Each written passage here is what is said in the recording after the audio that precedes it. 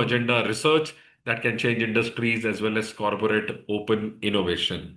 UniversityTech.io is our partner in that, and let me invite Parag from the UniversityTech.io team to share more insights on this. Over to you, Parag.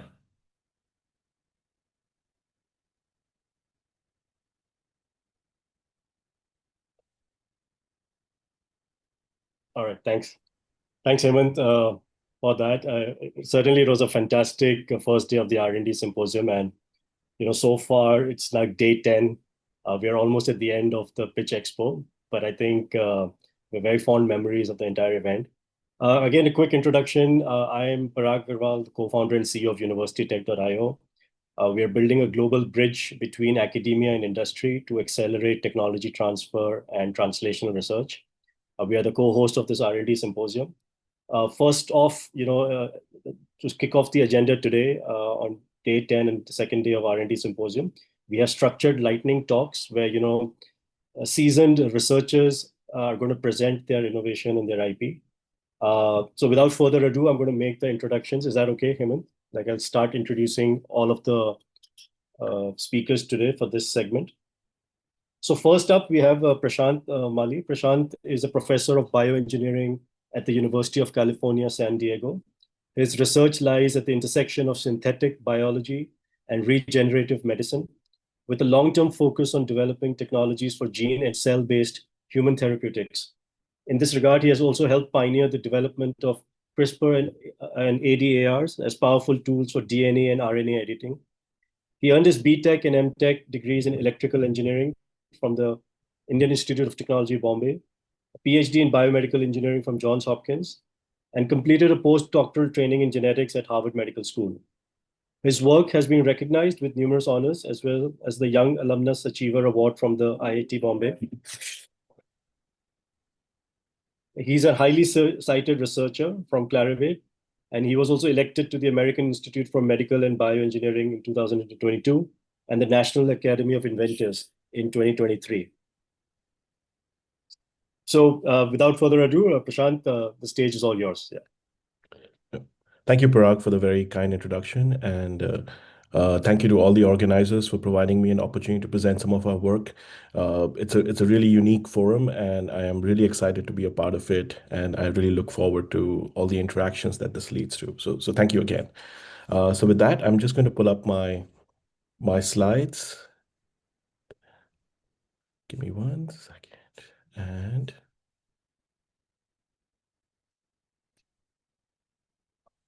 I hope you all can see this. Yeah, it's visible. Okay, great. Thank you.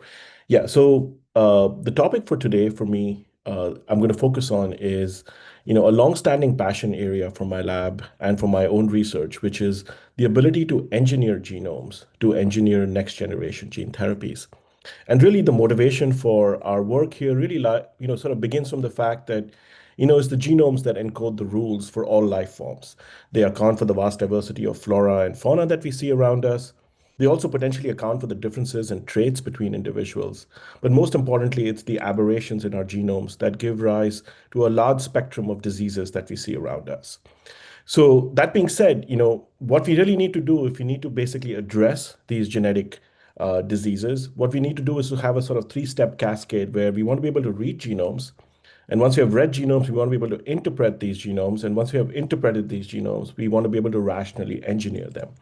And so in this regard, the field has had a long march, especially in the context of reading genomes. And it sort of all began in 1928 and 1943, where we basically recognized that DNA encodes the genetic information in a cell, followed by the elucidation, of course, of the double helical structure by 1953. And it was finally with the advent of Sanger and Gilbert sequencing in 1977 when we could actually start to reliably analyze this biomolecule. But since then, we've had a rapid progress in the ability to read genomes, and it basically sort of really culminated in the first draft of the human genome almost 2.5 decades ago in 2001. But since then, of course, this effort took a lot of resources, a lot of time. But what really sort of was catalyzing event for the entire field was basically the advent of next generation sequencing that brought the cost down of sequencing very dramatically. And this in turn, basically what it led to is that even by about a year ago, we have now sequenced tens of thousands of eukaryotes and bacteria and viruses. And basically, the ability to really read genomes is no longer a bottleneck for the field. So we're already kind of making a step towards being able to engineer genomes for gene therapies, but really the very first step that we have really achieved here is this ability to read genomes. But this alone is not really sufficient because in many ways, being able to read the genomes is a little bit tricky in the sense that it's a little bit akin to the fact that, imagine you're looking at a recipe book and that recipe book is written in a script that you understand, but I mean a script that you can read, but it's not a script that you can understand. And additionally, the various pages of this recipe book are all shuffled up. And so your ability to sort of recreate a recipe really doesn't exist. And in fact, right now, where we stand as far as reading genomes goes is we've been able to decipher what the individual ingredients of the various components of life are, but how these come together, in what order do they come together, and how they come together to actually create various subparts is something that the field is still trying to parse. And so that sort of really brings me into the second phase, which is this ability to both interpret and engineer genomes. And so in this regard, what is sort of really critical is reading alone doesn't suffice. If you really need to interpret the genome, you need to go one step further, which is basically break a particular DNA element and directly try to ask the question, what happens when I break this DNA element? What happens to the cell? What happens to the organism? And if you can start to do that systematically, then you can also start to engineer genomes as well, because once you understand it, then you can recreate it or repurpose it for a new application. And so this is where both the ability to interpret and engineer really sort of centers around the fact of the ability to actually engineer genomes.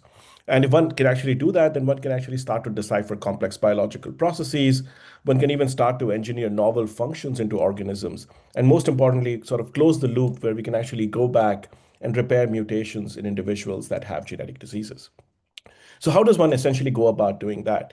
If you really want to be able to precisely perturb DNA inside a cell and specifically desired sequences of interest, one really needs to be able to sort of zoom in into the genome and reach a particular site in the genome that you care about and go in and modify it. And our ability to basically do this has sort of really grown in leaps and bounds just really over the past about decade or so. And this was really catalyzed by the advent of the CRISPR-Cas systems. And this is a core area of focus for me and my lab. And really, to sort of very briefly summarize what these are, is they are fundamentally two component systems comprising of a large protein called Cas9 and a small RNA molecule called the guide RNA. And these basically come together to form this Cas9 guide RNA complex. And once this complex gets formed, and if you deliver this inside a cell, it will survey the entire genome and ultimately dock itself at a target site purely driven by sequence complementarity between the guide RNA and a corresponding site in the genome. And the moment it finds that location, then this Cas9 protein gets triggered to make a cut in the genome, and then that in turn forces the cell to repair itself. And so that really is at the core what the CRISPR-Cas systems are really about. But what this has sort of really revolutionized the space of genome engineering is sort of really the fact that the CRISPR workflow is incredibly simple. In fact, this is something that routinely undergraduates at institutions and even high school students can very quickly learn, adopt, and quickly deploy. Because at the end of the day, all one really needs to do now with the advent of the CRISPR-Cas systems is simply identify sites in the human genome that you wish to modify. And to target this, you basically just create a guide RNA construct, which is really sequence complement, which is basically just sequence complementarity to its target sequence in the genome. And once you've created this guide RNA, then you simply deliver the guide RNA and the Cas9 into target cells of interest, and you can basically initiate the entire genome engineering process. But the important aspect about the CRISPR-Cas systems is they're not just tools for cutting and repairing DNA, but you can do a lot more with them. They are, in some sense, a unifactor, a singular tool that enables you to do the whole spectrum of genome engineering capabilities. For instance, you can use it to go into a genome and make precise cuts, but you can also create a version of the system that doesn't cut, but can instead be used to recruit effector domains like transcriptional activators or repressors to target sites in the genome. So now, not only can you cut genes, you can also turn them on or off at will. So you essentially have the entire ability to take this information of life, which is the genome, and basically go in and modulate it at will. And you can do this at a singular location in the genome or at multiple locations in the genome. And you can also do this all in combination and simultaneously. simultaneously as well, and which is really what makes these CRISPR-Cas systems unusually powerful for being able to engineer genomes. But of course, what we were really interested in all along was, well, now that you have this ability, can you actually start to enable therapeutics? And the thought here really being that the genome is now a druggable target, where classically we would take small pills to basically drug certain genes in the body. But now we can actually drug the genome itself, with the CRISPRs being this very precise drug that you can deliver inside a cell. And the thought then comes to mind is that, can I now start to systematically eliminate disease alleles from the human population and potentially even engineer disease resistance, where instead of having the disease have an onset, essentially engineer the genome so that you can actually prevent the onset of a disease itself. And so that's really what makes the CRISPR-Cas systems very exciting in the space of therapeutics. And one can essentially contemplate deploying this in sort of two major contexts. And that those two major contexts essentially can be really split into the fact that you have Mendelian disorders on one end and you have polygenic disorders on the other end, where Mendelian disorders are basically the disorders that are associated typically with a single mutation that drives a particular disease phenotype, such as cystic fibrosis, Huntington's disease, so on and so forth. And so now you can essentially bring in the CRISPR-Cas systems to go in and systematically start to repair these mutations. Or on the other hand, of course, you have polygenic disorders like cancer, heart disease, Alzheimer's, and of course, aging. And here the thought is you can use the CRISPR-Cas systems to actually drive better interpretation of the human genome, which in turn can then help us identify target genes that you can essentially now start to systematically drug. So really, as a system, both the CRISPR-Cas systems enables not just the repairing and engineering of genomes, but also greatly improves our ability to interpret the genomes as well. So with that in mind, what I wanted to actually focus on was the fact that I wanted to focus on this therapeutic aspect that the CRISPR-Cas systems enable, and in particular highlight two major challenges that this field still faces as we start to deploy this in the context of therapeutics.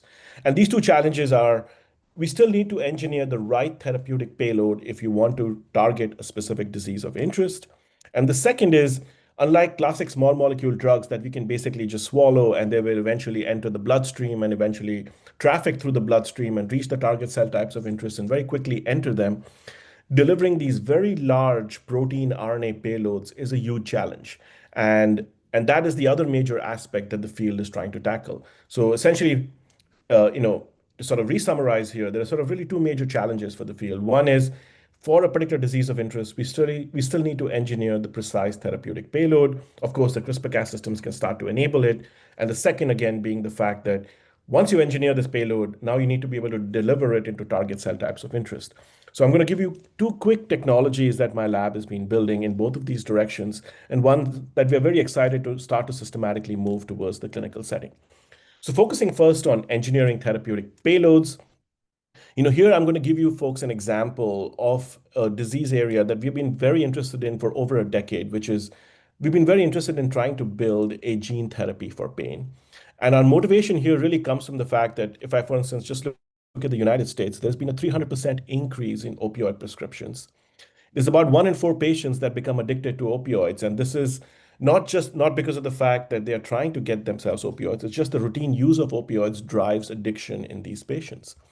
Additionally, this has a huge economic cost in just the United States, as an example, and over 100 Americans die every day from opioid overdose. And of course, this is now just giving everything in the context of just one country, and now you can scale it to the rest of the world as well, where opioids continue to remain the frontline drug for any sort of pain medication out there. So to basically tackle this, a very talented former graduate student in my lab, Anna Moreno, essentially set out to build a gene therapy for pain. And she's now actually taking this forward in the context of a company that I'll talk about briefly as well. So to basically address this problem, the way we approached it was, if you have to sense pain, this pain signal needs to traffic from the periphery of the body and eventually reach the brain, where you can actually sense it as a pain signal. So to give an example, if, for instance, say someone hits a hammer on my hand, that stimulus basically gets detected by neurons or nociceptors in my hand.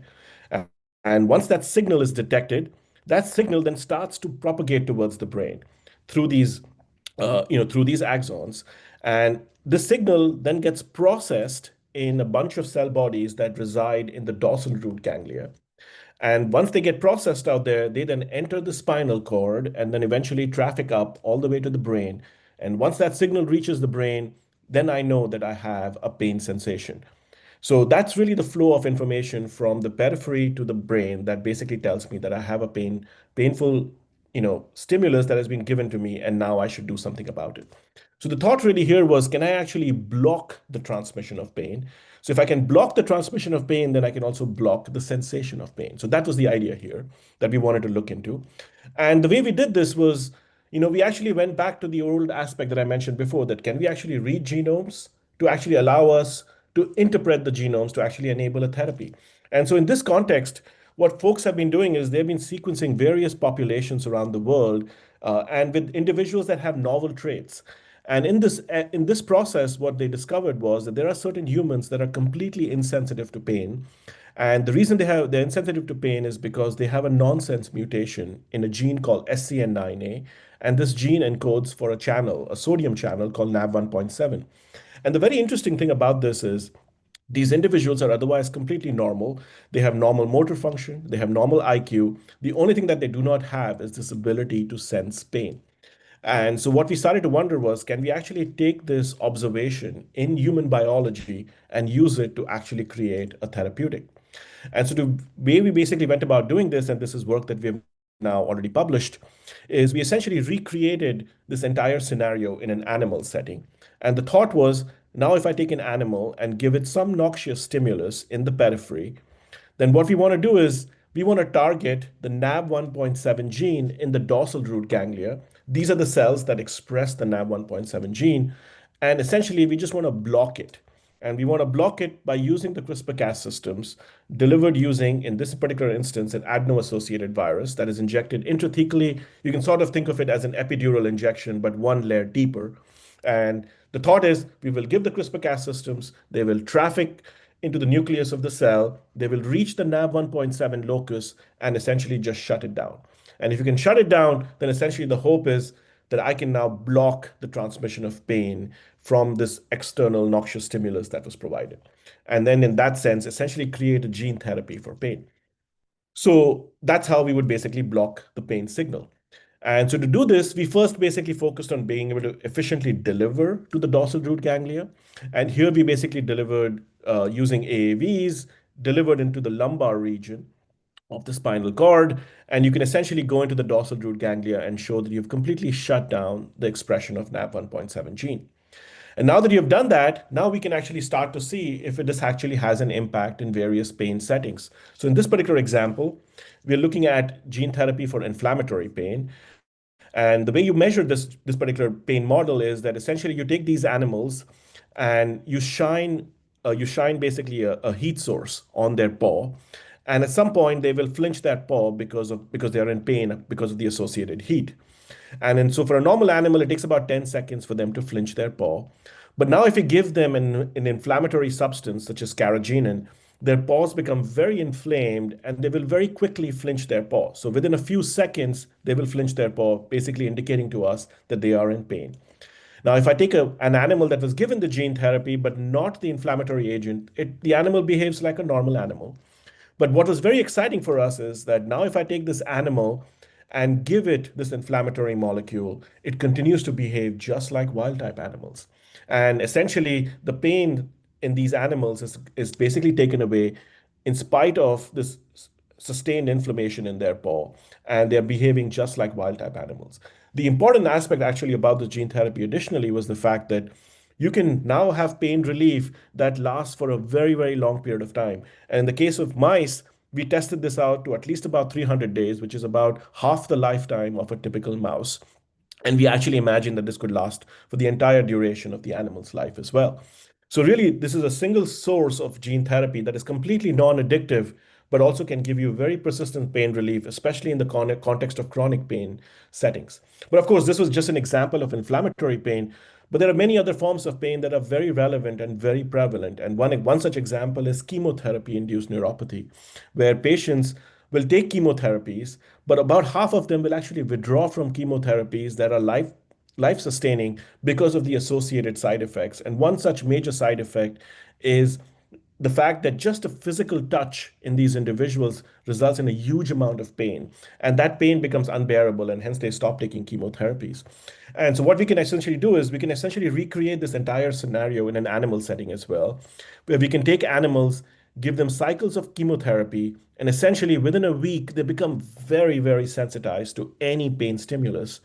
But now, importantly, we can come in with our gene therapy after these animals are in a pain state and essentially bring them back to a wild type setting. So essentially, these behave like animals that never got a chemotherapy before. And so we are very excited about this as a modality for moving this indication forward. But in fact, not just can we do this in a chemotherapeutic setting, we can also apply this for arthritic pain, which often can be very debilitating for large fractions of the human population. And here again, we can essentially take animals, induce arthritis in them, and essentially they will enter this heightened pain state. But the moment we give them our gene therapy, they will essentially start to recover normal behavior and essentially have that pain state be completely ameliorated in about a few weeks time. And once you're ameliorated, then essentially it just stays there for the duration of the animal's lifetime. So to quickly summarize this example, we've essentially developed a gene therapy strategy that directly disrupts the transmission of pain via afferent neurons and is thus non-addictive and reversible. It enables durable and significant pain amelioration in multiple mouse models of pain, including chemotherapy-induced neuropathic pain. And we are now starting to expand this to other targets to refine and tune pain management. And Ana Moreno, who basically led this work, is now the CEO and co-founder of Navega Therapeutics that is trying to move this closer and closer to a clinical setting. So with that as an example, I wanted to sort of switch gears from the fact that, in the context of a gene therapy, you need to engineer a therapeutic payload, which I did in the previous example as a therapeutic payload for targeting, in that instance, the NaV1.7 gene to take away pain. But what I didn't delve too much in detail in the previous aspect was the fact that at the end of the day, I have to deliver that payload as well. Now, in the case of pain, there was an easy way to deliver it where we could package into AAVs, inject them like an epidural injection, and essentially automatically can traffic to the dorsal root ganglia and deliver my payload. But of course, this is not going to be true for other settings. For instance, say someone has muscular dystrophy. Now I have muscle located all over the body, and I want to be able to effectively deliver to the muscle these very large cargoes. So how does one essentially go about doing that? And so that really is one of the fundamental challenges in the space of gene therapy, and one that has actually plagued the space for over 3 decades. Because we've had great tools, but we've essentially not been able to deploy them effectively. And really, the challenge here is that biologics can have excellent activity, but targeted delivery beyond the liver continues to remain a major challenge. And so the way we basically decided to approach this was that nature already engages in protein interactions on the cell surface. And these are important for both viral and non-viral delivery. And we wanted to basically take advantage of the fact that can we look at naturally occurring receptor-ligand interactions to try and enable novel delivery vehicles that give us the ability to reach different organs in a highly precise but also highly efficient fashion. And specifically for this, we developed a technology that we refer to as peptile. And this is a systematic approach to both map, target, and repurpose protein interactions. And the thought behind this technology is that, at the end of the day, proteins have to interact with each other to execute cellular function. But the thought is, can I actually understand this protein interaction and then essentially repurpose it for my application of interest, which is delivery? And so here, the way to think about this is you have these two proteins interacting with each other. Here's the bottom protein, and that specifically is the domain that is involved in the specific protein interaction. And to basically have an ability to recreate this domain will allow me to basically then come in and interfere with this protein interaction as well. And this was work led by two very talented graduate students, Kyle Ford and Andrew Portell, who have now also gone on to create a startup around this idea. And so specifically, the thought here was, can I take this interaction domain and essentially use it to recreate an inhibitor or a mimic of a protein interaction? And so we basically mine these using protein fragments and then essentially display them on both adeno-associated viruses and lipid nanoparticles to enable targeted delivery. And to give an example, we've now looked at the entire ligand space that exists and used it to create targeted delivery agents for AAVs and lipid nanoparticles. And essentially what we do is we create large libraries of these particles and essentially do a screening exercise in animals to figure out where do these particles land up. And then we can do secondary and tertiary screens to slowly hone in to the best delivery agent for each of these organ types. And what this essentially gives us is these large set of results telling us, oh, here are particles that allow you to get to the brain, to the kidney, the pancreas, intestine, heart, so on and so forth. And so, but in the interest of time, I'm just going to focus on one specific example, which is the ability to reach the muscle. And remember, the muscle is about 40% of the human body. It's a very hard organ to basically completely target.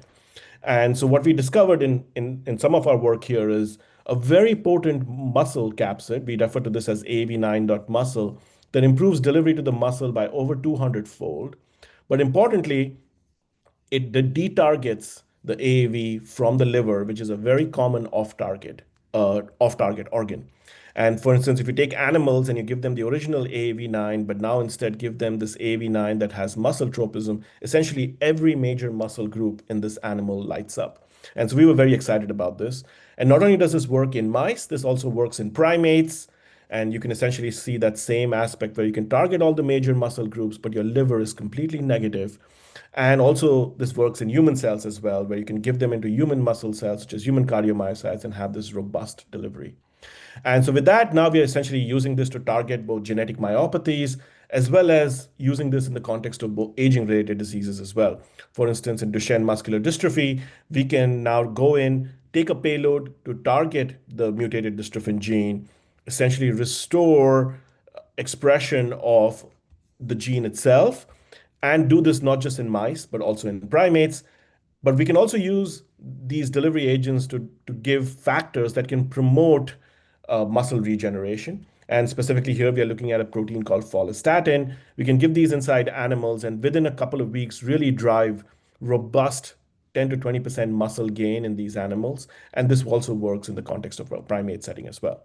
So with that, I just wanted to quickly conclude by saying that the random peptide space is daunting to exhaustively explore, but nature has already optimized interactions over millennia for both nuanced activity and specificity, and we've built a systematic strategy to explore this space. And we've now been doing this work for a long amount of time, enabling us to generate proprietary data sets that are enabling machine learning-based predictions for both packaging as well as targeting of these gene therapy vehicles. And we are starting to now build out a startup called PyBio based on this technology.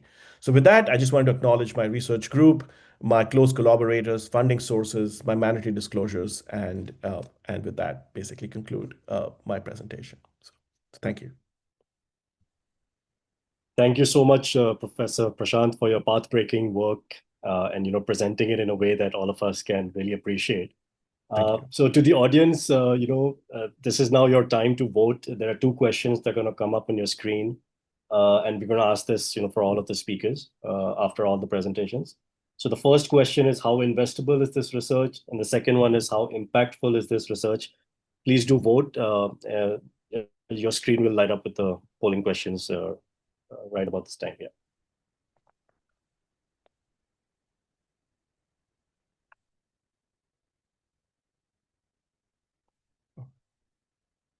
Yeah, and if there are any questions, I'm happy to address them. Just let me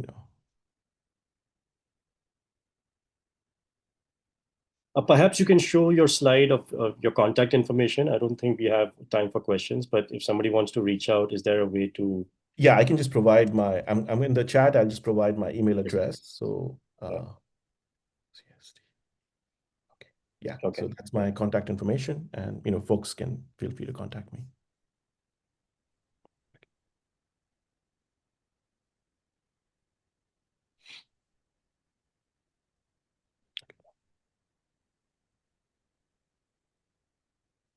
All right. I hope the audience has had a chance to vote.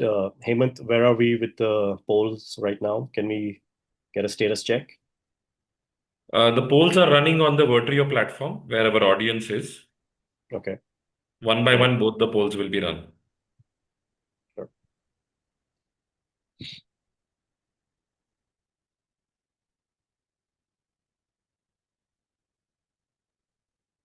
We can proceed with our agenda. We don't need to wait for the polls to run.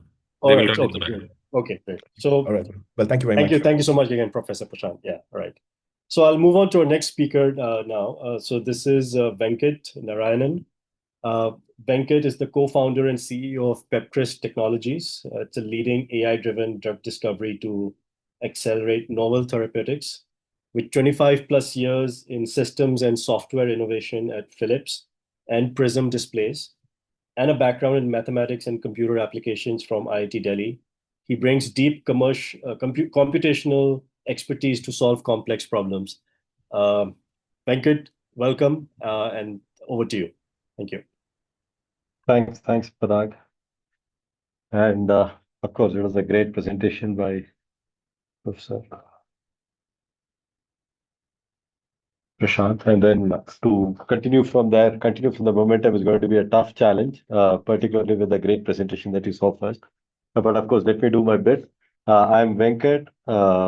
I'm the CEO and co-founder of Peptris Technologies. We are an AI-powered uh, drug discovery company.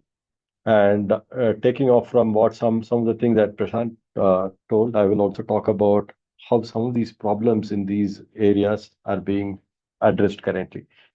So, very nicely put in the earlier talk in terms of how we are still figuring out what is happening inside the human body.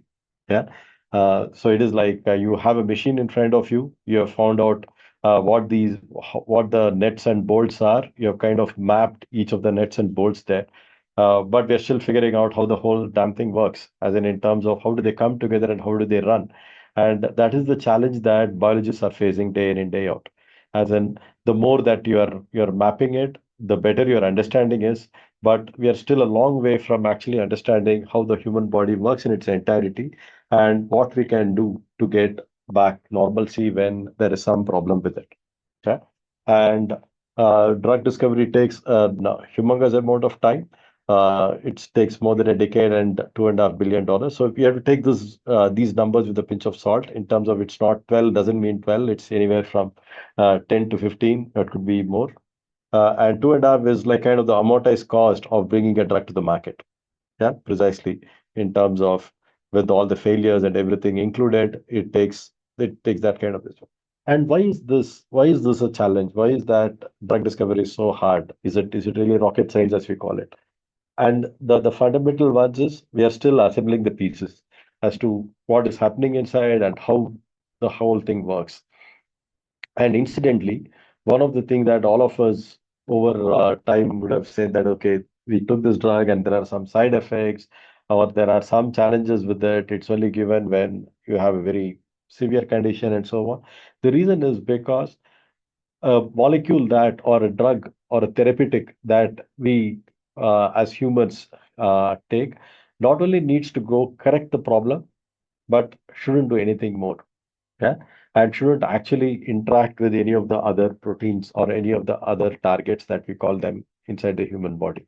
And that is a much tougher challenge. The simple reason being that we know only so much. As I said, we know hardly anything. So it's about not affecting anything that is not known. Yeah, and that one is a much tougher challenge. And we are learning about each of these individual aspects every day. And this is just a snippet from what we call as a pathway map. And there are too many different, as I said, the nuts and bolts are being as we are understanding it. But we also see a lot of cyclic, counterintuitive pathways within it in terms of how they're all connected. And there's a lot of dynamic behavior. Not everything happens all the time. Yeah. So some of these things, like when we're growing up, we have some things, and when we reach adult age, we are still not growing, right? So there is a lot of dynamism in the behavior. There is a lot of self-regulation. There is a lot of interconnect, and of course, the environmental factors also affect it.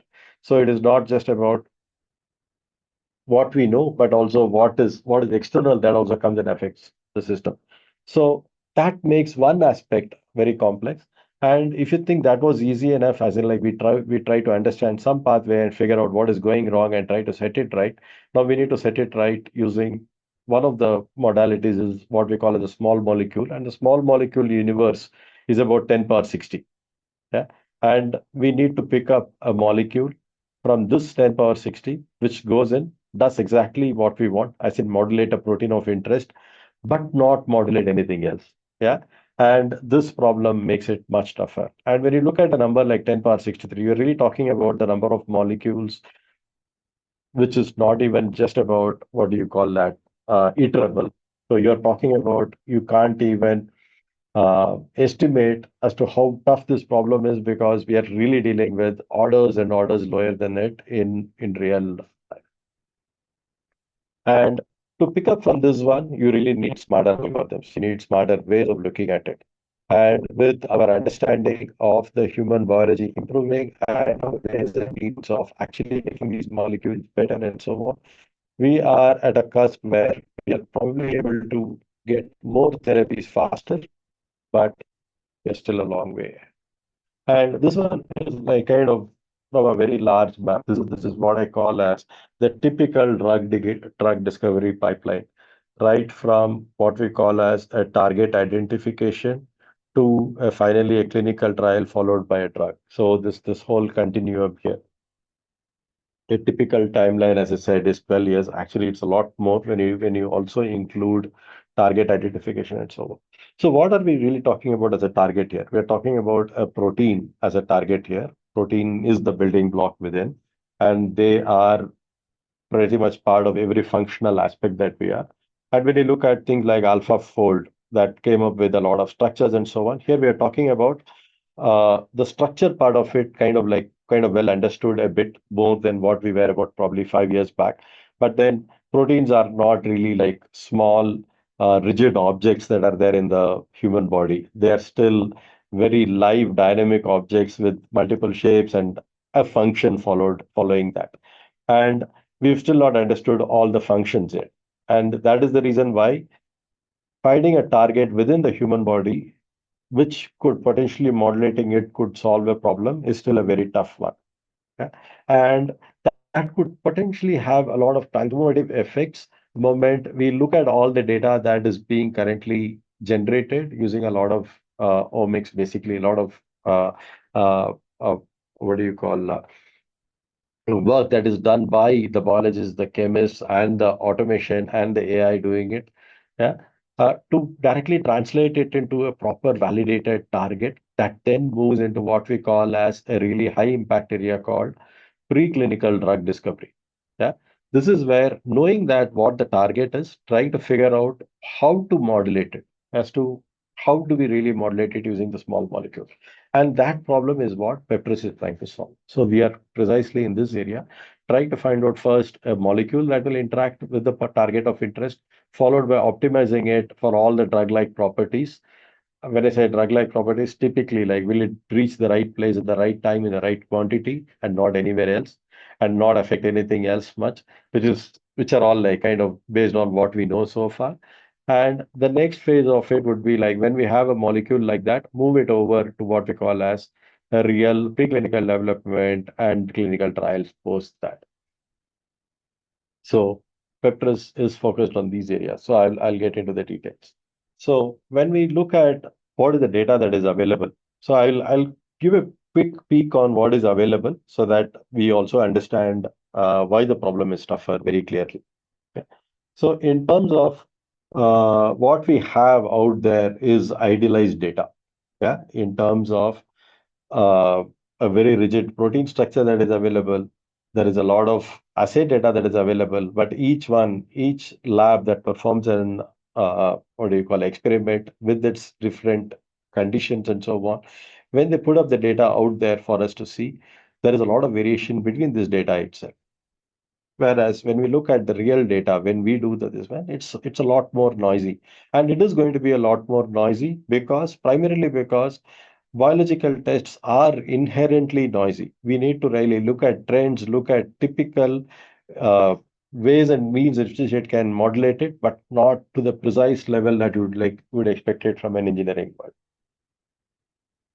And to solve this, what we have built in at Peptris is a very small team. So from here, I'm going to switch gears and go more into what we do at Peptris and where we are heading and how we are solving the problem. Just to give you a very broad overview, as I said, we are an AI-powered preclinical drug discovery company, and we are not a service provider or anything of that sort. And what we have is a very small, very nimble team of about 8 strong people, and will be probably 12 in the next few months. And this is to do the real discovery. Yeah. And whereas all the wet lab studies that we do are outsourced, all the chemistry, including the biology studies, are done with reputed CROs. Yeah, where we get the data and feed it back into the system, and we leverage our expertise to improve upon it and then iterate on it further before we get the final lead molecule that we would license. Yeah.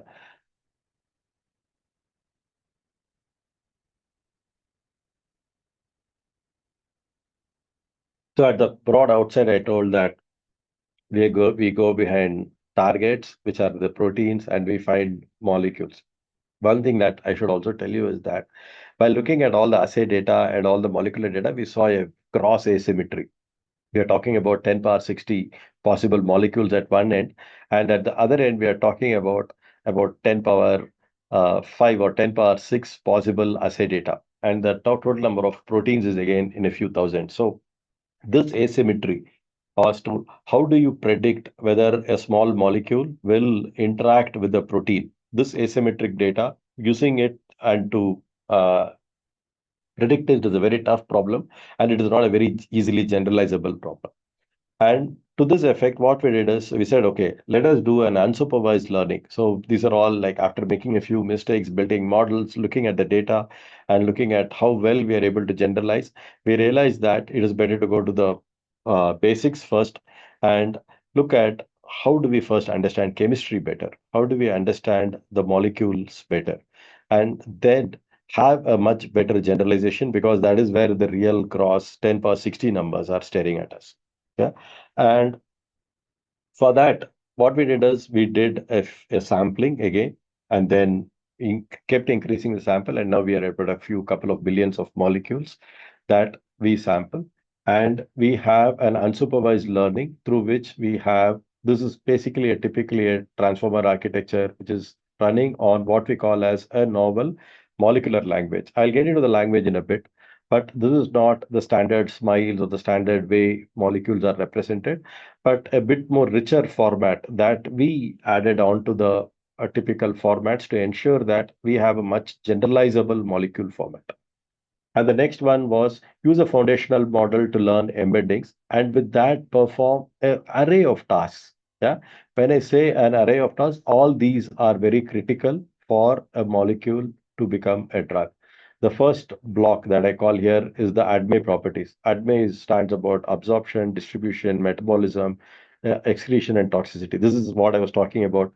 Does it reach the right place at the right time in the right quantity?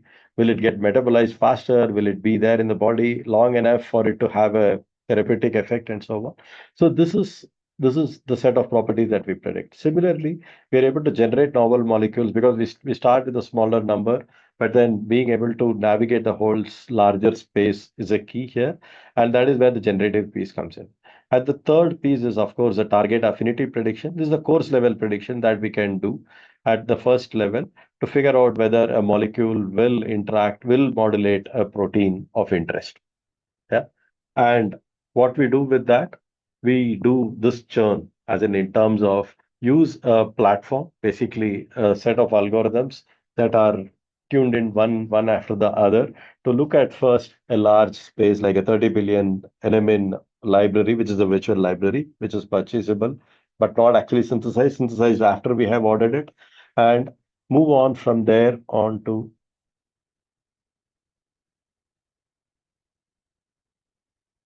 what we call as the real scoring functions. So there are, since probably about 20 years or so now, there has been a movement called rational drug discovery, and people trying to figure out how we can score, how we can do molecular dynamics, how we can do any of the docking functions to really figure out whether at a finer level, can we predict whether a small molecule and a protein will interact.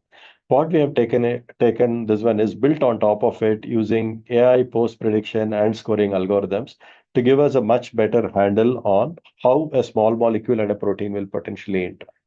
And using this filter out molecules. So from 30 billion, we come down to a few lakhs, and from down to a few thousands. Yeah. And this one we do now what we call as generative AI plus the multi-parameter optimization with all the ADME properties that I talked about.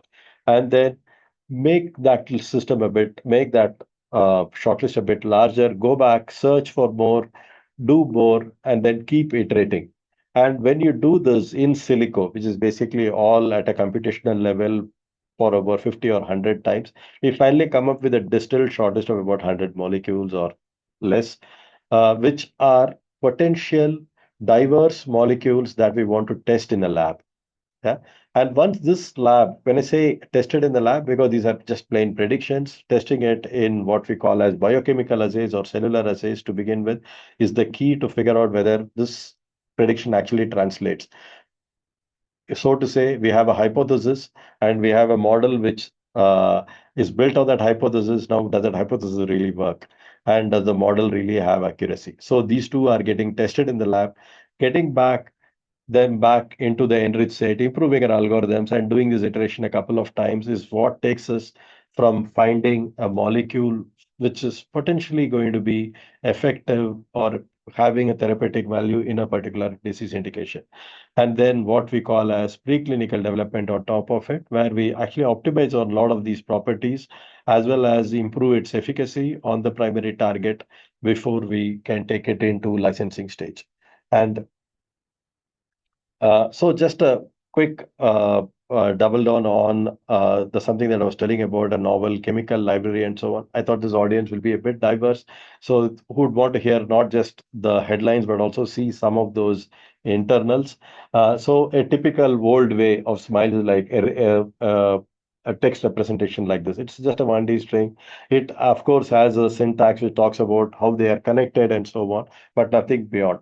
So what we do is take up something much larger chunks together, which are more what do you call as a vocabulary in itself and an interconnect mechanism that in itself from a language perspective that we have built, which also understands a bit more about the 3D conformer, the kind of shapes that it can take, and build a very context-aware embedding on it. So that way, when we learn from this one, when we learn from a much richer representation, we get a lot better generalization. And that is why the key algorithms and the pipeline that I was talking about work far better than some of those existing ones.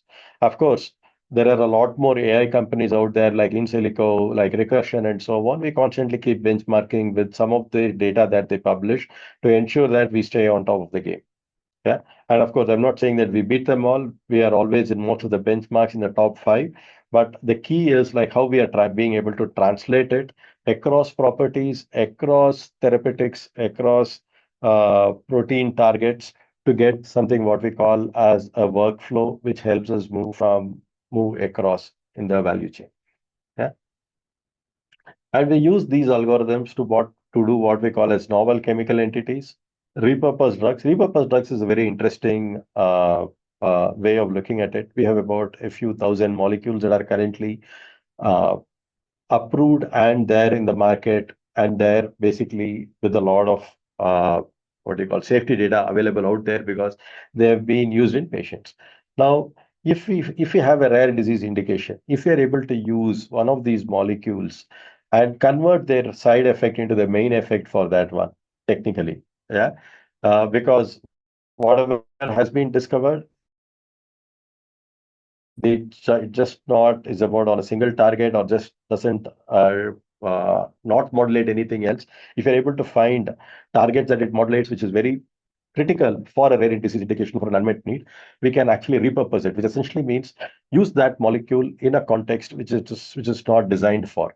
And that itself becomes a very valuable asset because an unmet need, it's going to get something very interesting from an existing drug. So it fast tracks itself through the development process and reaches the uh, what do you call the patient much faster. We also have what we call as programs with rescue, which is a very different way of looking at it. There are molecules which have gone through clinical trials and failed. So as I said, about say 1 in 7 or 1 in 10 molecules which get into a clinical trial are the ones that pass the clinical trial and become a drug. So what happens to the rest of the 9? They may be safe, but they did not prove their efficacy on the primary indication. or they were not as efficacious as the primary target of interest, and so they did not become a drug, or probably other commercial reasons. Maybe there was somebody who beat them to the market, and though they didn't find it good enough to be the second one or the 10th one in the market and did not actually commercialize it. So we can take such assets and actually find very differentiated uses, because we are able to do a mapping which is very different. Find a newer target which this molecule can potentially modulate, and find whether we can test it in those models, relevant animal models, and take it forward.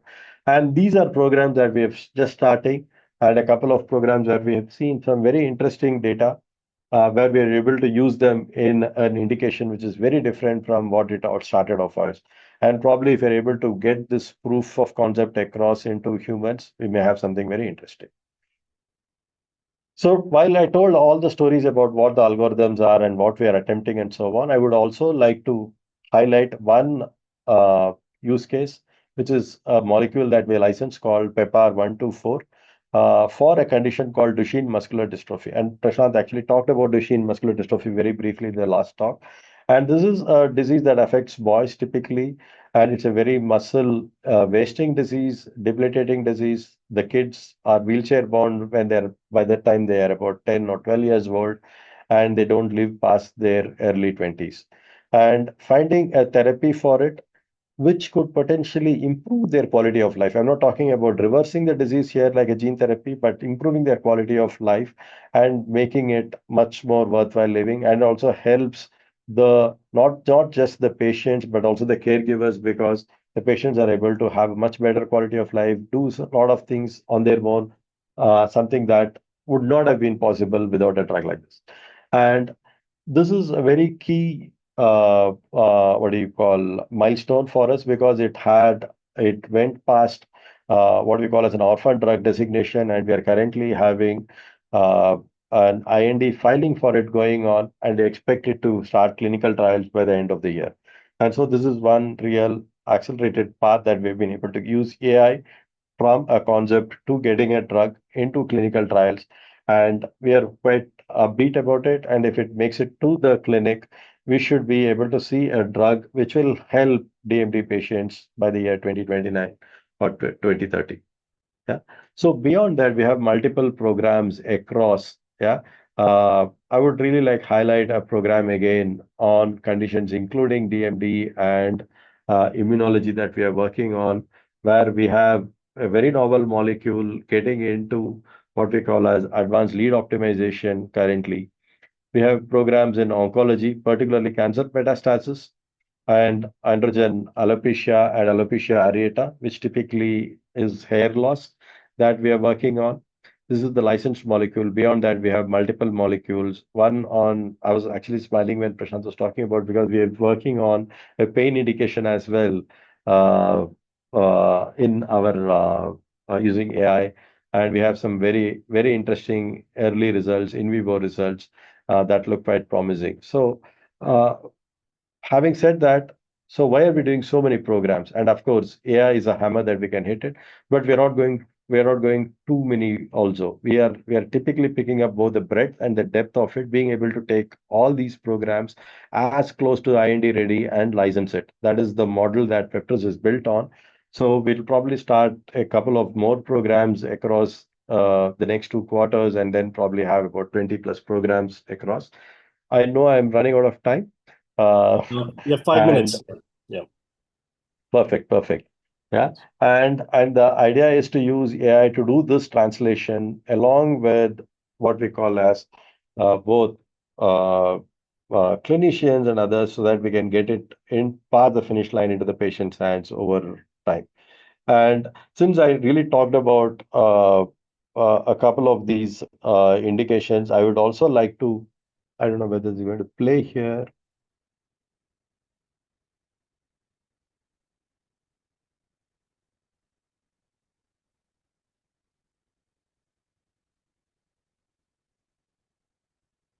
Yeah, there's a play icon here. Okay, so this is a very interesting this one. So this is on the drug that on the drug that we had licensed. So these are wild type modules, so that they're able to keep moving. They do about till about 106 seconds. Yeah, this is a typical DFD mice, which means that its grip strength, its muscle strength is quite low, and the poor thing can't stand on this one for a very long time. And once it loses its grip, as in like it's not able to pull itself back up, and you will see that while the other two actually do quite well in time being able to pull them back themselves, and then continue to be on the wire for a much longer time. And I think the proof is in the pudding of the pudding is in something like this, as in like when you really like see this data in terms of being able to do this work on real live in vivo data. Yeah. And ready for questions? If there are any questions, happy to answer. Thank you so much, Venkat, for your presentation. It's really fascinating to see your commitment to solving really complex problems. This fabulous approach to drug discovery, I think was very aptly put. And wish you all the best in your journey. Thank you. Just a reminder to the audience that, the poll will come up again now. There are two questions. How investable is this research and how impactful is this research? So please do participate. We'll move on to our next speaker now. So this is Dr. Ravi Raj. Dr. Ravi Raj, welcome. He's a highly respected oncosurgeon known for his exceptional surgical expertise and clinical judgment in the management of cancer. Specializing in throat and breast cancers, he brings advanced expertise in minimal access and upper GI oncosurgery. Trained at the prestigious Tata Memorial Center in Mumbai, Dr. Ravi is a strong advocate of function-preserving cancer surgery, prioritizing not only successful outcomes, but also the quality of life for patients after treatment. He has further advanced his skills through a fellowship in minimal access and robotic surgery at the Catholic Medical Center in Seoul, South Korea. With a strong research orientation, he has contributed to multiple clinical protocols and pioneered the Dr. Ravi Raj technique for oral cancer, an innovative scarless surgical approach recognized as the best research of the year by the Society of Laparoendoscopic Surgeons, US. He's been also nominated by the Guinness Book of Records, right, for non-stop 101 hours of cancer surgeries under one roof. Phenomenal. Received 2 Limca Book records, largest oral screening camp under one roof in 2021, and mega breast cancer screening camp in Dang district in 2013. So Dr. Ravi, I really look forward to your presentation and talk. Again, a warm welcome to the R&D Symposium. Over to you, sir. Thank you very much for the kind introduction.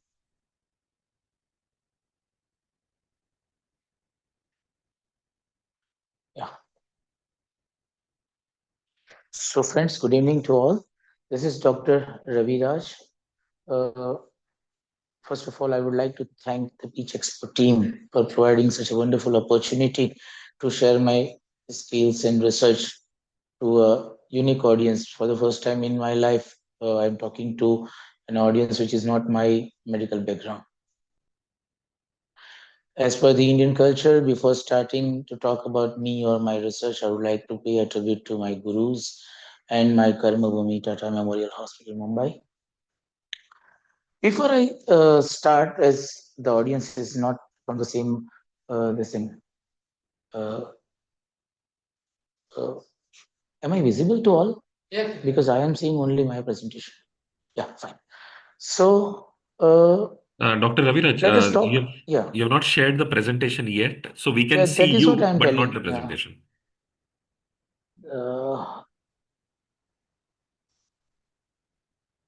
Give me a minute. I'm not very good at this. I'm just. Is it visible now, the presentation? Yes, the slides have opened up. You can go in slide share mode and we will be able to see it.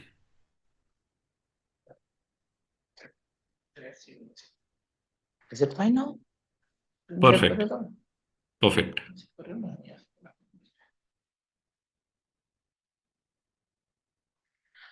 Yeah, thank you.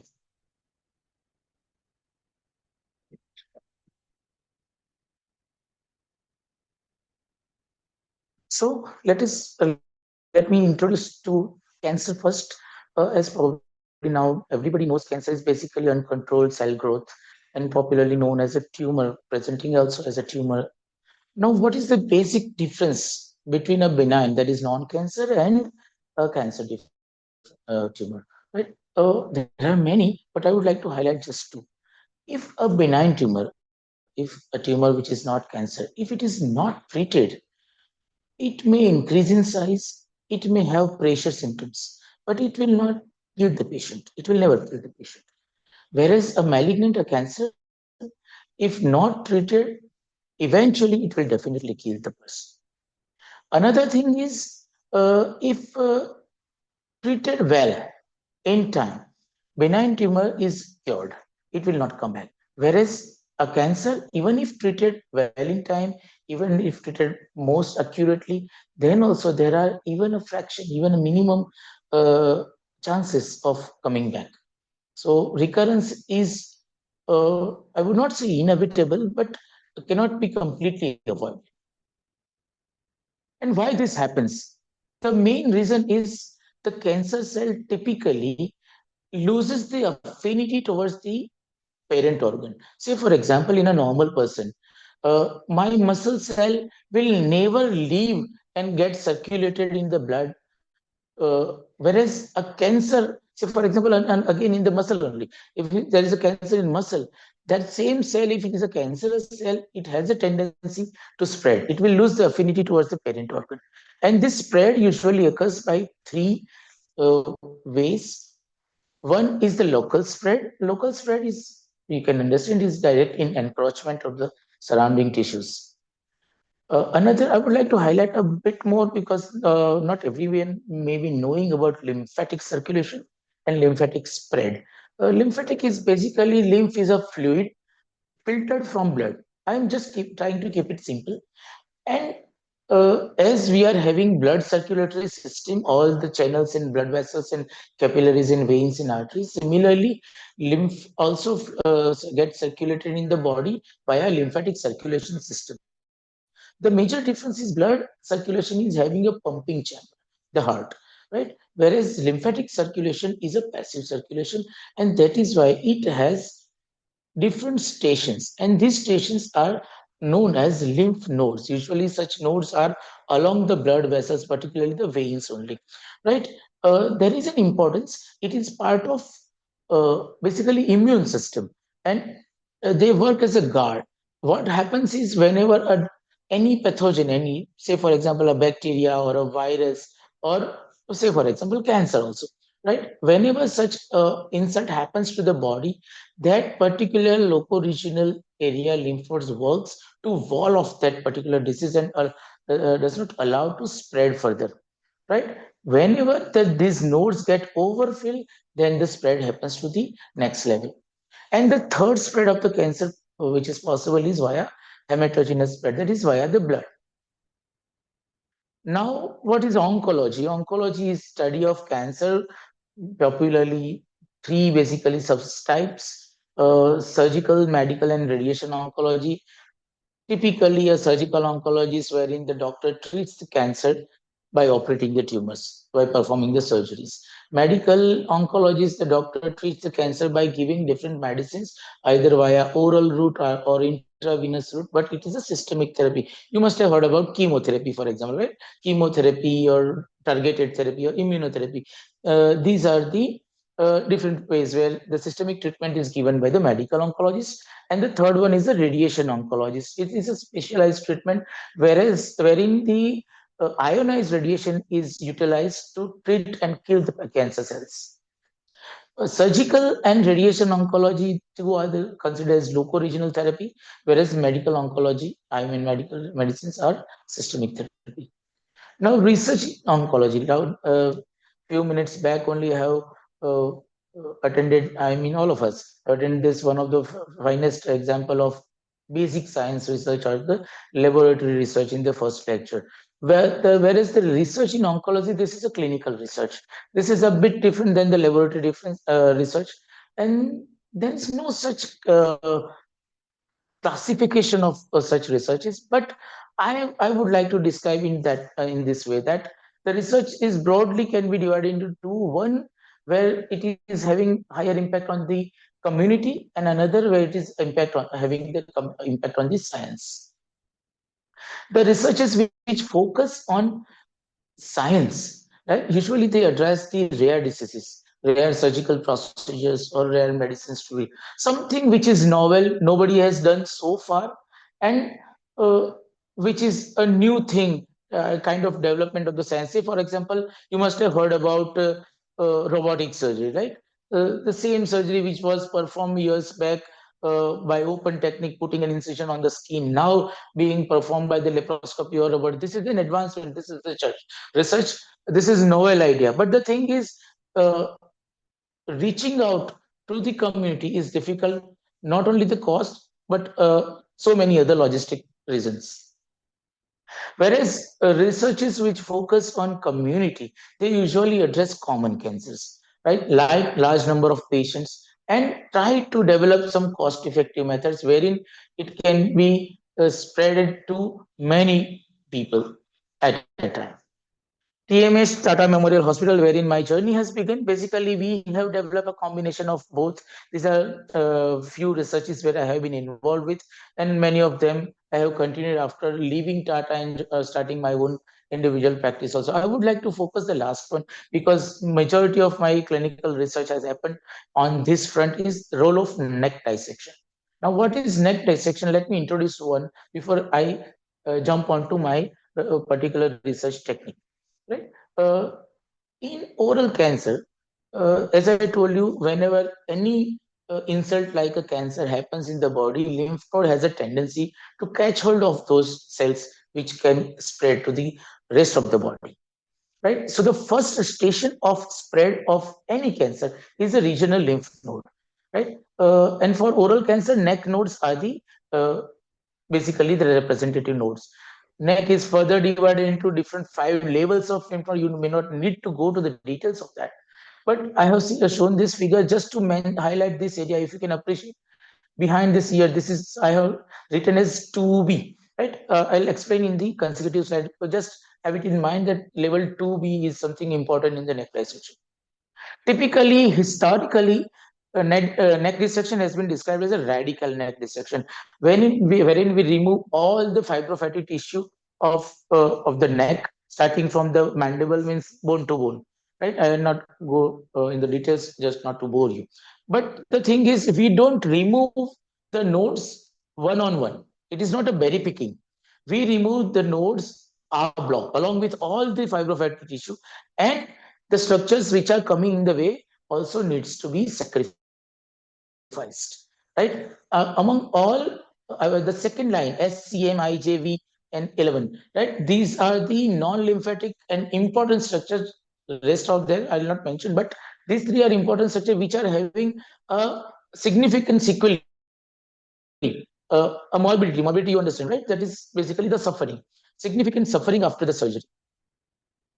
And that is why the concept of selective neck dissection happened, wherein we preserve these things. Say, for example, IJV, that is called as internal jugular vein. Jugular veins you must have heard before, right? The jugular vein is one of the major draining vein for blood, deoxygenated blood from brain towards back to the heart, right? So sacrificing this vein is definitely having impact on the patient. Though we had having 2, one on each side, but even sacrificing one have the sequel to the patient. SCM, that is sternocleidomastoid muscle. You may not remember the name, but this is one of the important muscle, one of the strongest muscle for the movements of the neck. And 11th cranial nerve. 11th nerve is 11th cranial nerve. It is also known as spinal accessory nerve. This is a motor nerve which supplies this SCM muscle as well as another muscle which is on the back of the neck is trapezius. These 2 muscles basically control the neck and the shoulder movement, right? So if this nerve is also damaged, then usually the patient is having neck and shoulder stiffness and dysfunction. So the challenge is the selective neck dissection. What is basically we are not sacrificing this, but we are removing all the nodes, but we are not sacrificing these 3 important structures. We are preserving that. But even with that, the challenges are the scar definitely, and another thing is, as I mentioned, level 2B. Now, if you can see in this picture, this yellow line, this is spinal accessory nerve. This begins from here, from the skull base. Basically, it's a cranial nerve which comes from the brain. Right? It travels beneath this muscle and travels to this. This is the SCM muscle. This is the trapezius muscle I'm talking about. So and this particular area is a 2B area, which I mentioned earlier. Right? And so to approach, we start the surgery from here. So to approach this area, basically we need to give traction to this nerve. And such traction can also cause the traction injury. We call it neuropraxia. This is a praxia injury, which may not be permanent all the time, but still it is a significant dysfunction to the patient. So, is it possible that we can avoid lymph node dissection? That is one of the research question has happened to all of the doctors for the years, right? And this is one of the landmark publication. Basically, I have been involved in this research led by my professor, Dr. Anil D'Cruz in Tata Memorial Hospital itself. You may not go to the details of that, but this is a landmark publication wherein the gold standard of the treatment has changed, wherein it has been established that neck dissection is mandatory whether the lymph nodes are involved by the cancer or not. Whenever you are having a cancer in the oral cavity, you have to address the neck nodes. Right now, the selective neck dissection is mandatory, and as we have discussed, it is also having significant side effects or the complications like shoulder dysfunction and all. So the next research question, this has come to my mind, what should be done to avoid this? So this is the conventional technique, right? If you, I'm sorry for the surgical image if everybody is not comfortable with. Uh, Basically, just to show this how big this incision, it leads to a permanent long scar on the neck. Right? These are the structures which I have been talking about. This is the vein, this is the nerve, and this is the muscle I was talking about. The thing is, these are preserved, but still, and this is the 2B area. You can understand that to reach that, we have to go beneath this nerve. We need to apply traction to this nerve to approach that. And this is my technique wherein we don't cut the skin only. We don't put any incision. This is a scarless technique where we do it by endoscopic method. We just make a hole on the chest wall. Even this scar can be covered by the clothes. And it is 10 to 15 millimeter hole. We introduce a fiber optic camera through that and the instruments to perform the surgery. We perform the surgery endoscopically. This is how it looks from within, right? And there is a video available, but I have not shared it because the audience is not from medical background. But just to mention that this is the nerve I have been talking about for so long, right? And you can appreciate that with this technique, instrument can go below, instrument can go up, and this is the 2B area wherein this traction is not at all required on this nerve. So the benefits you can simply understand. SPADI is basically index. It is known as shoulder pain and disability index. It is giving better. It has been established by the basically clinical trials that with Dr. Raviraj technique, the shoulder dysfunction is statistically significantly lower than the conventional technique, and definitely there is no scar. This has been published in surgical endoscopy. We doctors in medical science, usually we don't get patents on our research. Basically, what happens is, say for engineering or whatever the research people are doing, you get patented and then you have copyrights. Whereas the philosophy behind medical research is we tend to spread it further. More and more number of doctors should perform this, so more and more number of patients are benefited. So our researches are usually published in medical journals, and surgical endoscopy is one of the most leading journal in for the minimal access surgeon. It has been published in surgical endoscopy. It has been awarded in USA. It has Mr. Agarwal has already mentioned. Now, what is the way forward? Right, this research has happened, technique is developed, and then what is the way forward? Way forward is more and more number of doctors should learn this. I have been attending, I have been getting invites from different conferences and workshops wherein I basically it's a live demonstration or a video presentation wherein people learn how to perform the surgeries. Even I have developed a fellowship where people can come to my centers and learn the technique. Another way forward is basically any research in medical science should inspire other researchers as well. And this is what has happened that our own Dr. Reddy from Bengaluru has developed the similar technique by robotic methods. Furthermore, the main question which I have begun with, whether we can completely skip the lymph node dissection or not. And there in this particular, if you can see this SLNB, that is known as sentinel lymph node biopsy. This is different than neck dissection. It is dissection. This is just a biopsy. We don't do a berry picking in dissection, whereas this is a berry picking, wherein what we do is we inject a dye in a primary tumor. Right, different dyes are available: methylene blue or indocyanine green, or even radio tracer dyes. Right, and then we pick up those light up dye nodes, and we berry pick those 3-4 nodes. We send for frozen biopsy. That is a pathological technique wherein we get the pathological report uh, within few minutes only.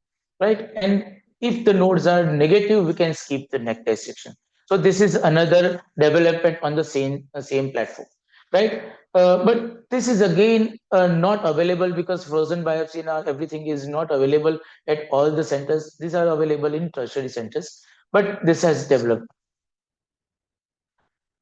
Shifting focus. Basically, everybody in your life, you must have also observed in your own life as well. There is some incidents happens in your life, and the whole paradigm shifts. Uh, I have organized a screening camp in the district of Dang. Dang is a tribal district of Gujarat, India, right? Wherein we have screened for breast cancer. Basically, this was a drive to uh, make the people aware of what is cancer, and you should be treated, and it can be curable and all those things. But uh, I'll come to that. More than 40,000 female, the whole population of the district, which are the females of more than 35 years, because breast cancer is usually happens after 35 years only. So more than 35 years age, more than 40,000 females were screened. 6,609 were having suspicious finding, and on further investigation, 28 people were clinically positive. So this is the basically hidden cancer. These people were not having the knowledge that they are having cancer, but they are actually having it. And the pity is none reported. We have offered them free treatment, free stay, even free transport, but still not a single patient reported for treatment. And this has basically ignited something within me. Ravi, this is the area where you should work rather than working on something which can just boost your ego that you have developed something new, something great.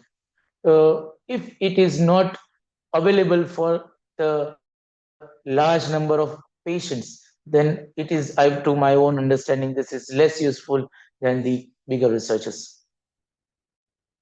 And this is where Apramai Cancer Care Private Limited is a company where came to my life. They are developing cancer center in the rural areas.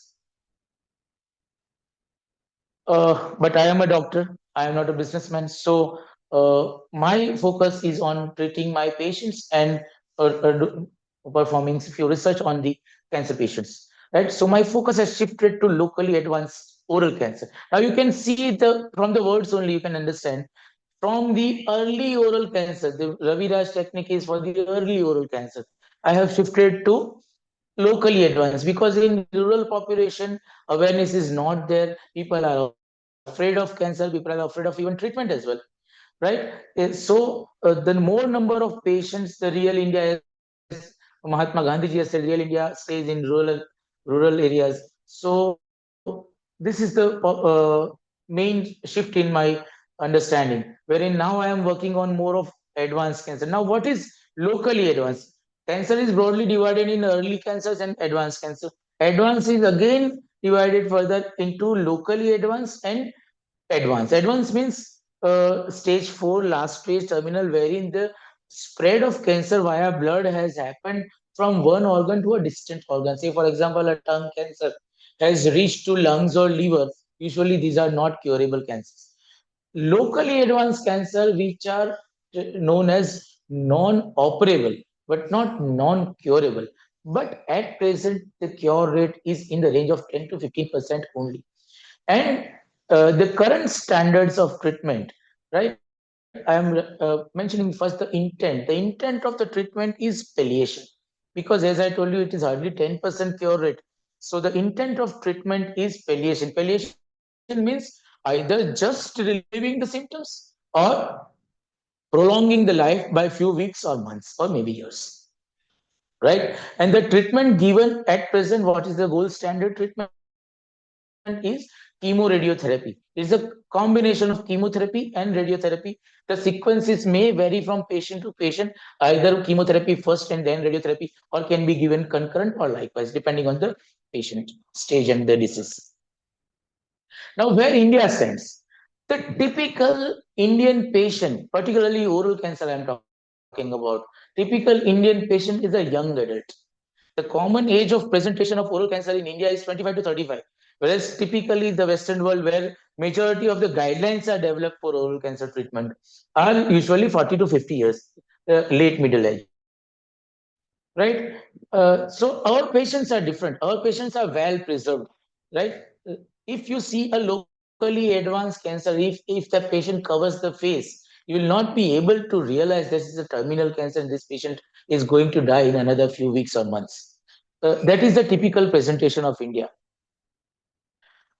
Now, if you see, I am comparing two major countries. USA is having 3,800 qualified surgical oncologists. I'm not talking about all oncologists, this is just surgical oncologists, right?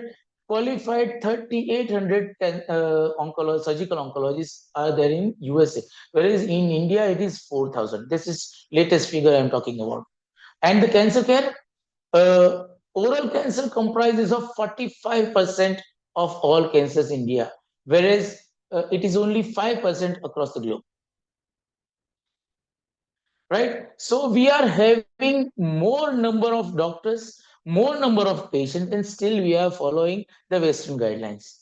So wherein we have developed a new protocol research, wherein we give neoadjuvant chemotherapy, right? This is again concurrent chemoradiotherapy. What do you mean by chemo? Neoadjuvant means it is given by the intent of cure. It is given just to downstage, downsize the disease, and then we address the patient for surgery. And once the surgery is done successfully, then again the patient is addressed to complete the systemic therapy. This is a combination multi-modality treatment protocol we have developed, and this is what is my research protocol. It is currently going on. Now the limitations to this particular research is the it is needing the chemoradiotherapy, so it needs a radiation center. Now, as I told you, major number of such locally advanced cases are happening in rural population, and this is where the role of again Upramai Cancer Care Private Limited is coming. This is where, and this is why I have collaborated with this company, because we are addressing, we are developing radiation centers to the rural population, tier 2 and tier 3 towns, where people can easily approach and come for. Otherwise, what happens is it is a usually 4 to 6 weeks therapy, and patients don't complete the treatment because majority of our radiation center in India are centralized into the major cities. So the vision of Aprame has basically inspired me to collaborate with them, and we are now delivering this research as well as the other treatment to rural population. Thank you. Before I finish on the talk, I have basically heard from the administrations that whether this research needs to be, I mean, is investable research or not. This my research does not need any investment, because the government of India is funding the treatment of all the patients, particularly the poor, under the scheme known as PMJAY, Pradhan Mantri Ayushman Bharat. So we don't need funds because I don't charge for that, and the patient's treatment is basically funded by government. But if anybody is interested, if anybody gets inspired, uh, it would be helpful if we can develop more centers, because Apramea at present is focusing on 7 such radiation centers. But more the number of such centers, more the number of patients can be benefited. Thank you. Fantastic. Thank you so much, Dr. Raviraj, for your presentation. Really fascinating to hear about the innovative techniques and treatment protocols that you have developed. And of course, your commitment to rural and public health and, broadly sharing what you have learned over the years. So to the audience, again, yes, the polls are live. Dr. Raviraj has already clarified on the investment side, but nevertheless, this is more to do with public opinion. We want to hear from you. And like he said, if you're interested or inspired by the work he's doing, the company that he's working with, you can also reach out directly to Apramea Cancer Care if you have any collaboration or partnership ideas, right? So without further ado, next up, so thank you again, Dr. Raviraj, for your presentation and for gracing us at the R&D Symposium. Yeah.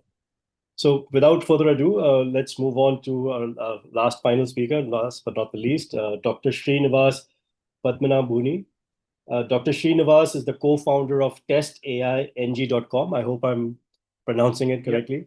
Yep, and he's a PhD in AI, specializing in areas of responsible AI, which is very important these days, and AI validation. He is an eminent engineer with more than 100 research papers, prolific entrepreneur with 4 startups, 500 plus invited talks, and an international book by Wiley, right? He's published an international book. A thought leader in AI, he's a mentor, advisor, entrepreneur, and technocrat in AI with experience of working with global startups and enterprises. So AI is a topic very close to our hearts, Dr. Srinivas at University Tech, and look forward to your presentation. Yeah, thank you and welcome. Thanks. Is my screen visible and am I audible? Yes, you're audible and screen is visible there. Thank you. So this is a welcome departure. I don't know if it's welcome or not, but quite different from the previous healthcare and life sciences focused researchers. Awesome research, all of them. So what I'm going to talk about is something which is a very favorite research area of mine, which is basically to make sure that while everybody is using AI, all around the world, AI is being used left and right across domains like healthcare, including everyday usage like LLMs. But what my focus is making sure that the utility of AI is enhanced by minimizing the risks of AI. So my focus is always been on risk management of AI. That comes from my background in AI, where I did my PhD, but my years and years of experience in Infosys, where I was heading the research in software engineering. So the idea of software engineering research has always been, how do you build systems better, cheaper, faster, safer, and more usable? So that same theme has continued. So when AI in the form of deep learning started getting major mainstream, you can say somewhat coming to the mainstream around mid 2010s with computer vision applications and NLP applications. So I started looking at, is it hunky-dory? At the same time, we want to see if the promised value of AI is getting realized or not. And that is where I stumbled upon a major finding, which I found that finding has perpetrated through generations of AI. So before I go there, just for background purpose, I wanted to give a brief overview of what I meant by AI when people talk about. It's about mimicking human-like intelligence, activities like learning, problem solving, decision making. But the interesting aspect which people should be clear about, especially people who are working in the AI technology, has been that in common man's parlance, right, when it comes to application and understanding of AI, there's a constantly moving scale of perception. Why I'm saying that is because as the kind of AI becomes more popular, replacing earlier versions of AI, so does definition of AI. For example, when we had rule-based AI expert systems in 90s, 80s, later it fell out of place when machine learning started to come. So when we talk about AI, I'm going to tell you again that the notion of AI is dynamic. When I say dynamic, what is today's popular version of AI may not be the popular notion of AI a couple of years from now. I'll show that by the way AI has evolved over the past, you can say 70 odd years. 1956 is when AI was invented. The idea of using crafted knowledge by human experts to drive systems for automation, that was what the era of first wave of AI with expert systems was. So we had Mycin kind of medical expert systems, medical systems for tax computation, for diagnosis, etc. But then what people realized is it is cumbersome to get experts to write all the rules. And that is when machine learning evolved, where you said that instead of getting experts to write rules, let us just collect lots and lots of data. And that is where the concept of what I call as machine learning, as the habit of collecting a lot of data and let the internal patterns in the data be automatically extracted, that became AI. And then when we were just about settling with structured data ML, then we had a landmark output in 2012, where we had deep learning emerged out of the machine learning base, where we said that you need not have structured data. You can have vision, you can have NLP, you can have audio, all kinds of unstructured data, and create internal patterns. And that gave rise to a huge, huge success of AI in reaching mankind with applications like medical diagnosis, applications like spam filters, applications, extreme applications like autonomous driving. Then when that was getting settled, then around a couple of years back, we saw that a face of AI kind of turned the question upside down and said that if we can learn patterns from the data which is fed, can I use it to generate similar data as the data on which it's trained? And that is where generative AI is born, with ChatGPT being the prominent application. But the idea here is no longer restricted to only pattern recognition, but we started saying that can we use it to generate what I call as synthetic data similar to what you've seen? That's where we're seeing today's ChatGPT, Gemini, and all these, right, which are developing multimodals. It could be generating audio, could be generating images, could be generating text. And just as when we were talking about getting comfortable with the idea of generating content, then came this agentic AI. The idea of agentic AI is primarily that, okay, it's not just enough to say that I'm going to generate data. Can I do action like a human without human intervention? Autonomy. So today's world of agentic AI is about autonomous systems capable of planning, capable of understanding optimal usage of the right steps in order to deliver your task. Each of them has increased in terms of complexity. But that's great news. We are getting more and more complex systems. So today, for example, people are talking about running an entire automated enterprise with no employees, with all of them being manned with agents, right? They're very smart, which can take care of decisions, you can collaborate with other agents and maybe run the entire company. So in that kind of a scenario, what is it I'm talking about? And what I'm talking about is something which is very, very fundamental to what I call as behavior of any system, which is as expected by the user. If it is not met, it can have serious implications. So let me tell you, this kind of phenomena where we had great technologies, right, from rule systems to ML to generative AI to agentic AI, but generations of AI have seen hugely, catastrophic failures, each in their own generations. For example, in text-based customer support scenarios with chatbots, there have been scenarios where chatbots really turned abusive. It's not an expected behavior. Then in one of the daring failures of what I call as the driverless deep learning systems, Uber's driverless car kills a pedestrian. Not only that, there are documented tens of incidents of accidents involving driverless cars. And then comes the scenario where the security threat profile of, the typical deep learning computer vision systems could be hacked with simple masks. It's called adversarial poisoning. And then when we started moving from there to generative AI, we see that there are so many scenarios where in some legal cases, lawyers were using precedents of cases which was generated by ChatGPT, which is actually not real. And imagine a legal argument based on fictitious hallucinated cases. Then coming the agentic AI, this is something where we're seeing maximum problem because these are about actual actions. Imagine an agentic AI browser, it could not distinguish between a phishing site and a normal site and went on creating a fraudulent online purchase as part of the agentic action.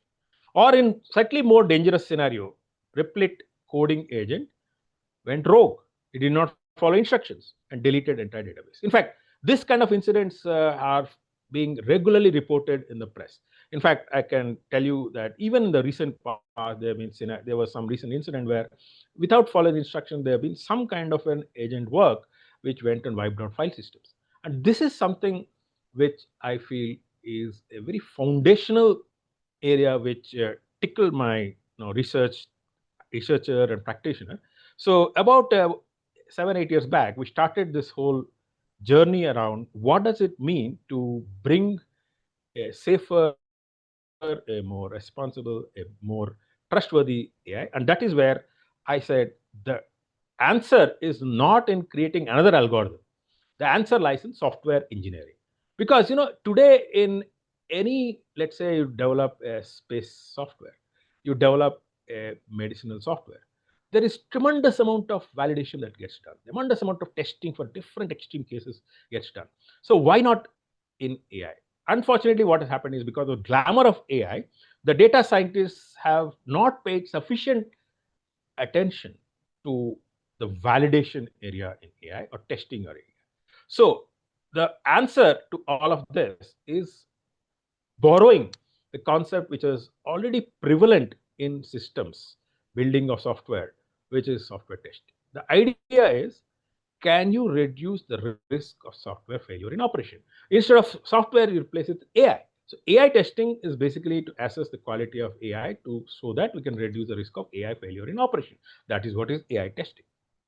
So this has been my favorite area of research and been translated into different kind of manifestations of the different kind of tests. So this is an area which is spreading its wings in the software engineering community and also in the AI community. So why do we need this testing? As I said, we need this testing to prevent failures. What is expected? Expected is when you test the system powered by AI for extreme scenarios, like what we call as corner cases, can you create such kind of a simulations? Can you imagine that there is a potential hack attack by some adversarial attack? Can you simulate that? Can you simulate scenario where the behavior of the AI system is biased? So idea is that can we bring in a thorough end-to-end research and practice around AI testing? That has been the focus of my research and practice.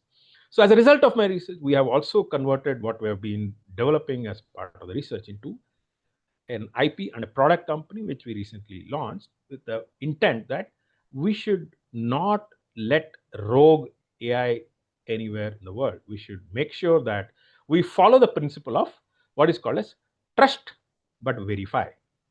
In the sense, before you go and use any AI output, please ensure it is well tested. That is where we come. So when we talk about it, it is like, oh, we started doing this.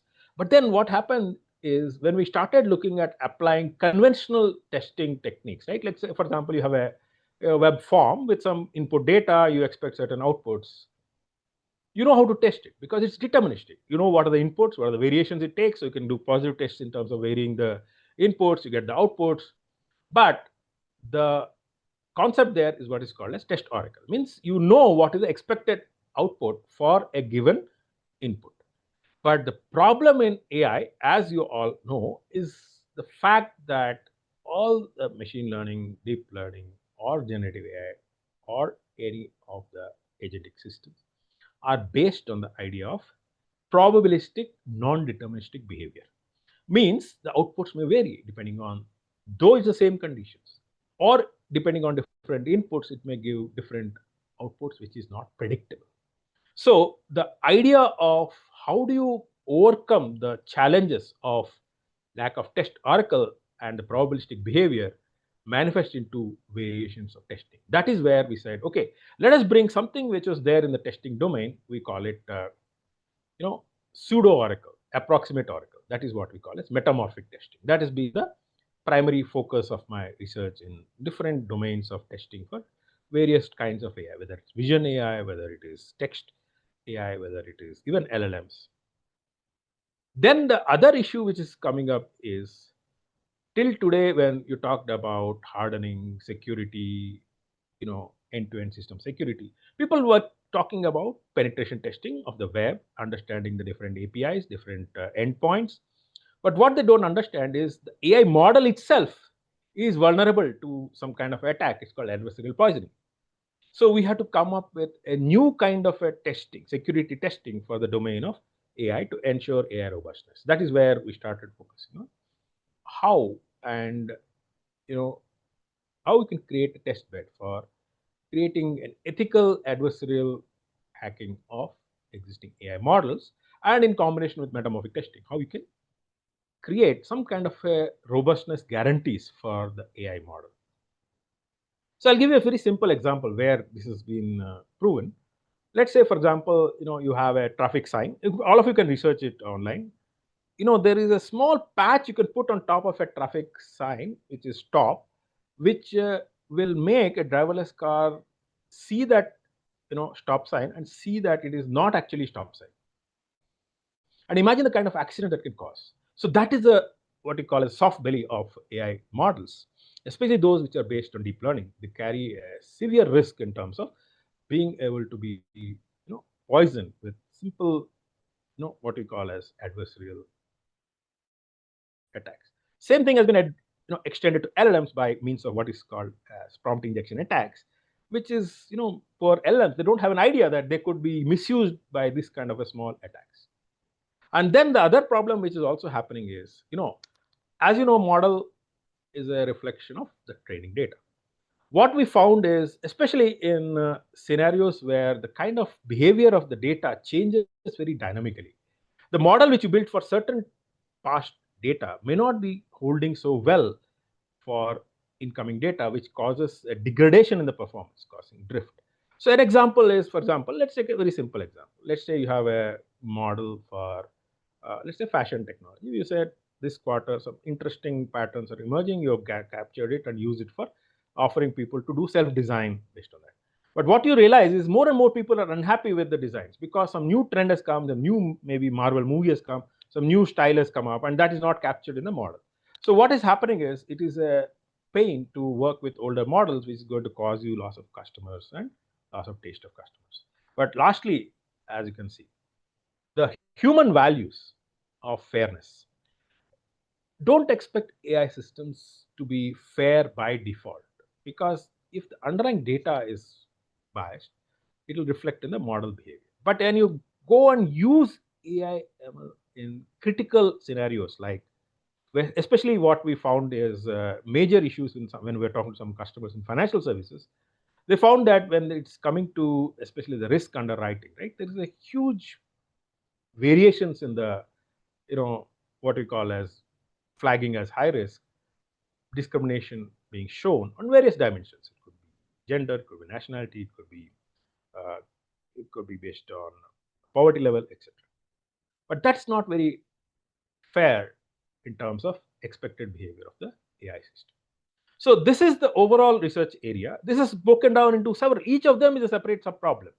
So while I talk about each of them in one go, but I can tell you each of them is a sufficiently large research problem, and we've been tackling one by one as we see it deemed fit. So when it did a comprehensive analysis of what are the different dimensions on which you should test an AI system in a typical web system or a IT system like a spacecraft or a embedded system, You'll be mostly interested in typical things like, okay, functionality wise, is it working for all the different input scenarios? And how is the performance? Or if there is at most, is there some security issue? So these are the typical, what is called as testing. But when it comes to, AI, it's not just enough to do this simple, just functional security and performance tests. We have to look at multiple dimensions. So each of them plays a very important role. So first and foremost, this itself is a huge research area. What is meant by evals? Evals means what is meant by a good output versus a bad output from an AI system. That's where a lot of functional testing research is where we have focused on. Then from performance of the systems which are embodying AI, how do you provide some kind of guarantees? And then the other aspect which came up, especially as a result of AI being used in mission critical life threatening areas like healthcare, or in case of financial services, or in case of things like hiring, what has happened is just the recourse that, oh, there is a complex black box model which has taken the decision is not good enough. So, what the users are demanding is, can you provide a rationale as to why that particular system is behaving the way it is behaving? So that is where we need to provide some interesting test bed for giving some kind of a extra justification to the decision taken by the AI system. That falls under the broad area of what is called as explainable. And then comes this autonomy. This is especially useful in the scenario of applications like driverless cars, or scenarios like agentic AI systems, where we're talking about lack of human in carrying out the task. So how do you test autonomy? Is there an override scenario where something goes wrong and some response is not as per correct? Can you give the control back to human? Can you provide testing environments for the autonomy of the task, or the chain of tasks, or for the driverless car? And then coming to the next element, which is basically the whole concept of human values of bias, fairness, and ethics. Can you create the different dimensions on which the input data can be varying, and can you provide some kind of a tests for the data as well as the model, so that ultimately you can find out gaps and help in improving the model? See, all of these tests are not just saying that these are the gaps in the current model. It's also to help the people to guide as to how they can improve the model once they find the gaps. I already told you about the security and adversarial attack. This is basically about creating an ethical hacking environment where you can simulate the adversarial attacks or prompt injection attacks for the AI system, and get back into understanding of these are the potential attacks, and then how you can improve the model by creating variations in the input training data so that it can become robust. And then, which is something very hot in India now, which is the DPDP Act, is this whole concept of Digital Personal Data Protection Act. Of course, GDPR has been there globally for some few years now. In AI, we view it as an extension of data. So GDPR guidelines are now slowly extended to AI also. So how do you work on ensuring that AI systems can be built with privacy preservation? It's not like I have to go and use the data as is and go and feed it to AI. Can you preserve the patterns in the data while not necessarily, any kind of revealing PII? And last but not the least, what is happening is, because of this so-called failures and touching of human values, governments across the world are now working on, can we provide some kind of a guardrails mandated by governments, and that's where compliance is coming. So in testing, you can think of as one phase of the compliance. Compliance is not a checklist. It's not like I've done this. You have to actually test the system. For example, if compliance says that your system has to be biased, tested for bias and not found to be unbiased on dimensions of X, Y, Z, like say income, poverty level, or gender. That means you have to test it and show and prove it. So testing becomes the base for so-called compliance. So having said that, each of them yields a new kind of a challenge and the different kinds of research areas.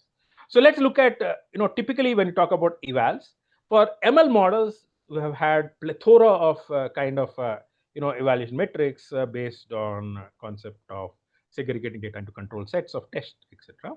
We look at accuracy, precision, recall, F1 score. But when it came to the LLMs, we had to do a lot of research on what it means to actually provide some kind of good metrics as to how is the quality of the answer.